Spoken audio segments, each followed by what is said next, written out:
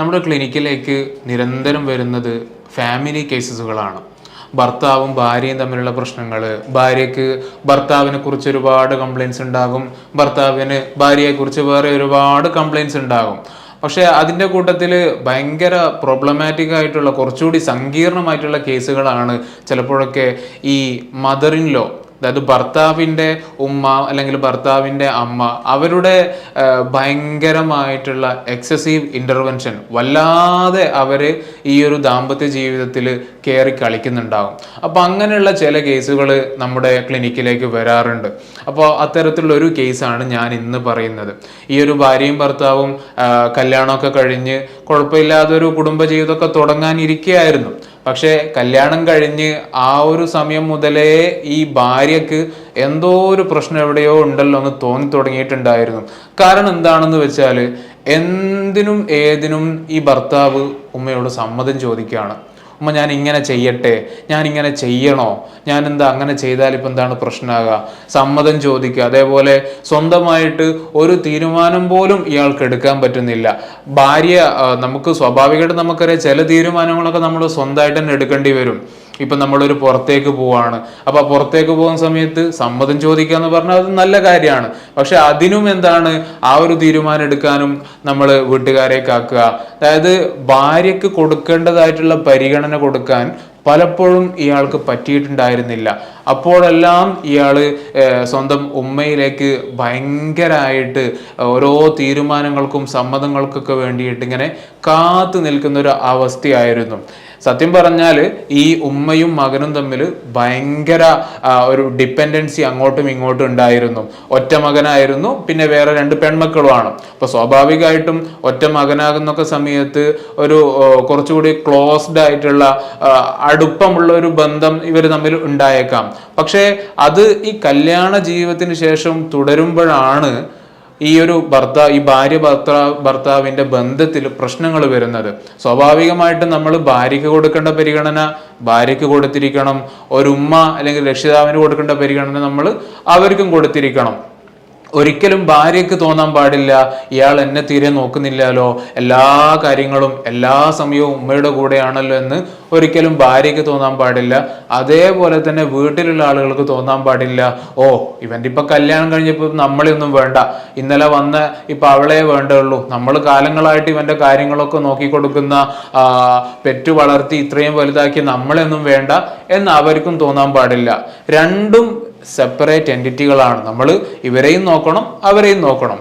അപ്പോൾ ഈ ഒരു കേസിലേക്ക് വരുന്ന സമയത്ത് ഈ ഉമ്മ വല്ലാതെ പ്രശ്നങ്ങൾ ഇവരുടെ ദാമ്പത്യ ജീവിതത്തിൽ ഉണ്ടാക്കിയിരുന്നു.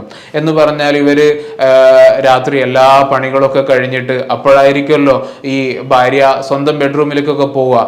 അപ്പോൾ അങ്ങനെയുള്ള സമയത്താണെങ്കിൽ പോലും ഇവർ ഭാര്യയും ഭർത്താവും റൂമിലുള്ള സമയത്താണെങ്കിൽ പോലും അവിടെ ഈ റൂമിൻ്റെ കുറ്റിയിടാൻ കതകിടാൻ ഉമ്മ സമ്മതിക്കാറില്ല. അങ്ങനെ അതിൻ്റെ ഒന്നും ആവശ്യമില്ല എന്ന് പറയുന്ന ഒരു ശൈലിയാണ് ഉമ്മയുടേത്. എന്ന് പറഞ്ഞാൽ നിങ്ങളൊന്ന് ആലോചിച്ച് നോക്കുക, നമുക്ക് ഭാര്യ ഭർത്താക്കന്മാരാകുന്ന സമയത്ത് അത്രയും പ്രൈവസിയൊക്കെ നമുക്ക് ആവശ്യമുണ്ടാവും. അപ്പോൾ അതുപോലും ഈ ഉമ്മ വകവെച്ച് കൊടുക്കാറുണ്ടായിരുന്നില്ല. ഈ ഭർത്താവിനെ സംബന്ധിച്ചിടത്താണെങ്കിൽ അത് കുഴപ്പമില്ല, അത് ഉമ്മ പറയുന്നതല്ലേ, ഉമ്മ പറയുന്നത് പോലെ നമ്മൾ കേൾക്കേണ്ടത് എന്നൊരു ശൈലിയാണ് ഭർത്താവിൻ്റെത്. എന്ന് മാത്രമല്ല ഇവർ തമ്മിലുള്ള പ്രൈവറ്റായിട്ട് നടക്കുന്ന സംഭാഷണങ്ങൾ, പ്രൈവറ്റായിട്ട് നടക്കുന്ന കാര്യങ്ങൾ അതൊക്കെയും നേരം വെളുക്കുന്ന സമയത്ത് അത് ഉമ്മയോട് പോയി പറയാണ്. ഉമ്മ അവൾ എന്നോട് ഇങ്ങനെ പറഞ്ഞിട്ടുണ്ട്, അവൾ എന്നോട് ഇങ്ങനെ പെരുമാറിയിട്ടുണ്ട്. അങ്ങനെ അതൊക്കെ നമുക്ക് ഒരിക്കലും സങ്കല്പിക്കാൻ പറ്റാത്ത കാര്യങ്ങളാണ്.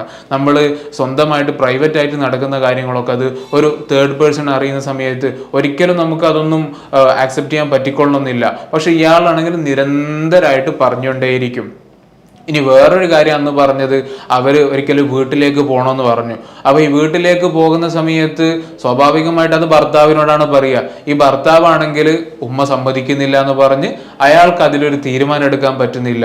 അപ്പോൾ ഇത്തരത്തിലുള്ള ഒരുപാട് സിറ്റുവേഷൻസ് ആണ് ഇപ്പോൾ അവരുടെ ലൈഫിൽ ഉണ്ടായത്. അപ്പം അങ്ങനെ ഒടുക്കം ഒന്നും പറ്റുന്നില്ല, ഇതിൽ എന്തെങ്കിലുമൊക്കെ ചെയ്യണം എന്ന് കരുതിയപ്പോഴാണ് ഇവർ വളരെ നിർബന്ധിച്ചിട്ട് ഈ ഒരു ഭർത്താവിനെ കൂട്ടിയിട്ട് കൗൺസിലിങ്ങിന് വന്നിട്ടുണ്ടായിരുന്നത്. അപ്പോൾ അപ്പോൾ ഈ ഭർത്താവിനാകട്ടെ ഭർത്താവിനോട് എന്താ എന്തെങ്കിലുമൊക്കെ പ്രശ്നമുണ്ടോ? എന്ത് പ്രശ്നമോ? എന്തൊക്കെയോ പ്രശ്നങ്ങളുണ്ട്, പിന്നെ അവക്ക് ഞാൻ വരണോന്ന് പറഞ്ഞുകൊണ്ട് ഞാൻ വന്നു, അതുകൊണ്ട് വന്നേ ഉള്ളൂ, അല്ലാതെ എനിക്ക് വേറെ പ്രത്യേകിച്ച് ഒരു പ്രശ്നമൊന്നുമില്ല എന്നാണ് ഈ ഭർത്താവിന് പറയാനുള്ളത്. അപ്പോൾ ഭർത്താവിന് അത് നമ്മൾ സാധാരണ ഈ ഒരു റിലേഷൻഷിപ്പ് കേസുകളൊക്കെ മാനേജ് ചെയ്യുന്ന സമയത്ത് സ്വാഭാവികമായിട്ടും അവർ രണ്ടുപേർക്കും ഇതിലെന്തൊക്കെയോ പ്രശ്നങ്ങളൊക്കെ ഉണ്ട്, ഇതൊക്കെ ഒന്ന് തീർത്തിട്ട് നല്ല മനസമാധാനമുള്ള ഒരു കുടുംബജീവിതം മുന്നോട്ട് പോകണം എന്നൊക്കെ ആഗ്രഹിക്കുന്ന സമയത്താണ് നമുക്കൊരു പരിധിവരെ ഈ കൗൺസിലിംഗ് ഒക്കെ സക്സസ് ആകുക. അപ്പൊ ഇതിൽ ഇയാളെ സംബന്ധിച്ചിടത്തോളം എനിക്കും ഒന്നുമില്ല, അവക്കെന്തോ പ്രശ്നമായിട്ട് ഞാൻ അത് തീർക്കാൻ വേണ്ടി വന്നു എന്ന് മാത്രമാണ് എന്നൊരു ആറ്റിറ്റ്യൂഡിലായിരുന്നു ഇയാൾ നിന്നത്. അപ്പോൾ ഇയാൾക്ക് ആദ്യം ഈ ഒരു ഇൻസൈറ്റ് ഉണ്ടാക്കി കൊടുക്കുക എന്നുള്ളതാണ് വേണ്ടത്. ഇയാളെ സംബന്ധിച്ചിടത്തോളം ഭാര്യ എന്ന് പറഞ്ഞാൽ അവള് വീട്ടിലെ കാര്യങ്ങളൊക്കെ ചെയ്യുന്നുണ്ട്, എൻ്റെ വസ്ത്രം അലക്കുന്നുണ്ട്, ഭക്ഷണം ഉണ്ടാക്കുന്നുണ്ട്, ഉമ്മാനെ സഹായിക്കുന്നുണ്ട്, അതൊക്കെ തന്നെയല്ലേ. പിന്നെ അവക്ക് വേണ്ട ഡ്രസ്സൊക്കെ ഞാൻ ചിലപ്പോൾ എടുത്തു കൊടുക്കാറുണ്ട്, ചിലപ്പോൾ എന്തൊക്കെ പൈസൻ്റെ ആവശ്യം വരുമ്പോഴൊക്കെ ചെയ്തു കൊടുക്കാറുണ്ട്. ഇതിൽ കൂടുതൽ ഇപ്പൊ ഞാനിപ്പോ എന്ത് ചെയ്യാനാ? അപ്പൊ ആ നിലക്ക് എങ്ങനെയാണ് ഒരു ഹസ്ബൻഡ് പെരുമാറേണ്ടത്, എന്തൊക്കെയാണ് ഒരു വൈഫിന്റെ നീഡ്സ്, അതൊന്നും അറിയാതെയോ അല്ലെങ്കിൽ ഇതൊന്നും പറഞ്ഞു കൊടുക്കാൻ പോലും ഇയാൾക്ക് ആരുമില്ല.